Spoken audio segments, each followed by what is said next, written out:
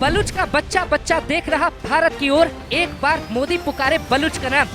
बलूचिस्तान से आया भारतीयों के लिए संदेश, पाकिस्तान का अत्याचार अब बहुत हुआ। पीएम मोदी ने लिया पीओके का नाम तो बलूचिस्तान में बटी मिठाई, पाकिस्तान में हड़कंप। बलूचिस्तान में घमासान चल रहा है। बलूचिस्तान के एक एक नागरिक की आखिरी उम्मीद हिंदुस्तान है, इसीलिए वहाँ की जनता की नजर भारत के मीडिया के साथ सरकार के हर एक कदम पर बनी। जैसे ही पीएम मोदी ने पीओके का जिक्र किया और 14 तारीख को भारत की तरफ से ऐलान किया कि पाकिस्तान पीओके खाली करे, वैसे ही बलूचिस्तान के नेता भारत के समर्थन में कूद पड़े और ऐलान कर दिया कि भारत के साथ के लिए बलूचिस्तान का हर एक नागरिक तैयार है, अंतिम सांस तक लड़ाई लड़ेगा। क्या संदेश आया है, जरा सुनिए। प्रिय भारतीय देशभक्त मीडिया, यूट्यूब के हमारे साथियों और भारत के रक्षा में जुटे बुद्धिजीवियों से अपील करते हैं कि बलोचों को पाकिस्तान की अपनी जनता कहकर संबोधित ना करें। हम पाकिस्तानी नहीं हैं, हम बलूचिस्तानी हैं। पाकिस्तान की अपनी जनता पंजाबी है, जिन्हें कभी हवाई बमबारी, जबरन गायब कर दिए जाने या नरसंहार का सामना नहीं करना पड़ा। बलूचिस्तानियों के साथ पाकिस्तान हमेशा अन्याय करता आ रहा है। लड़कियां यहां से गायब हो जाती, जबरन गायब का सिलसिला दशकों से चल रहा है। बलूचिस्तान ने पूर्ण रूप से भारत के उस निर्णय का समर्थन किया जिसमें पाकिस्तान से पीओके खाली करने की मांग की गई।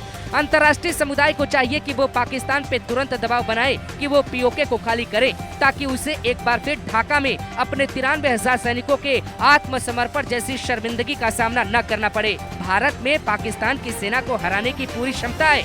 अगर पाकिस्तान ने इस चेतावनी को नजरअंदाज किया तो उसके परिणाम स्वरूप होने वाले रक्तपात के लिए केवल और केवल पाकिस्तानी सेना के लालची जनरल जिम्मेदार होंगे, क्योंकि इस्लामाबाद पीओके की जनता को बानो ढाल की तरह इस्तेमाल कर रहा है। हम बलोच नरसंहार के हजारों सबूत दे सकते हैं, जिनमें बलोचों को जबरन गायब किया गया, हवाई बमबारी की गई, गनशिप हेलीकॉप्टरों से बलोच गांवों पे गोलाबारी की गई और पाकिस्तान सेना बलोच लोगों को अगवा कर मार डालती। बलूचिस्तान की स्थिति 1971 के बांग्लादेश से भी बुरी हो गई। पाकिस्तान वर्षों से संयुक्त राष्ट्र और सभ्य दुनिया की आंखों के सामने नरसंहार और युद्ध अपराध कर रहा है। अब समय आ गया है कि पाकिस्तान को इन युद्ध अपराधों के लिए कटघरे में खड़ा किया जाए।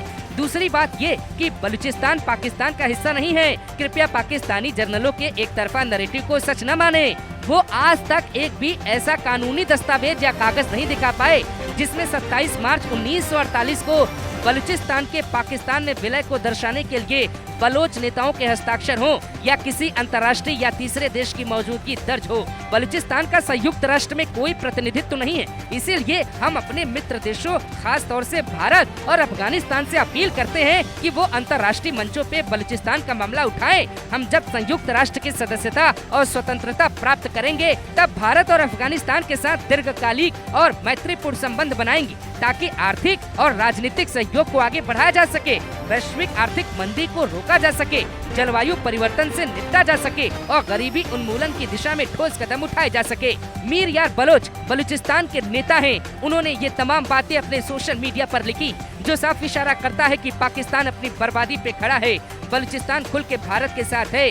बलूचों पे हो रहे अन्याय के खिलाफ सिर्फ और सिर्फ नरेंद्र मोदी ही आवाज उठाएंगे, ये पूरे बलूचिस्तान को लगता है, क्योंकि दुनिया में कहीं भी मदद की जरूरत पड़ी तो नरेंद्र मोदी ने सबसे पहले हाथ बढ़ाया।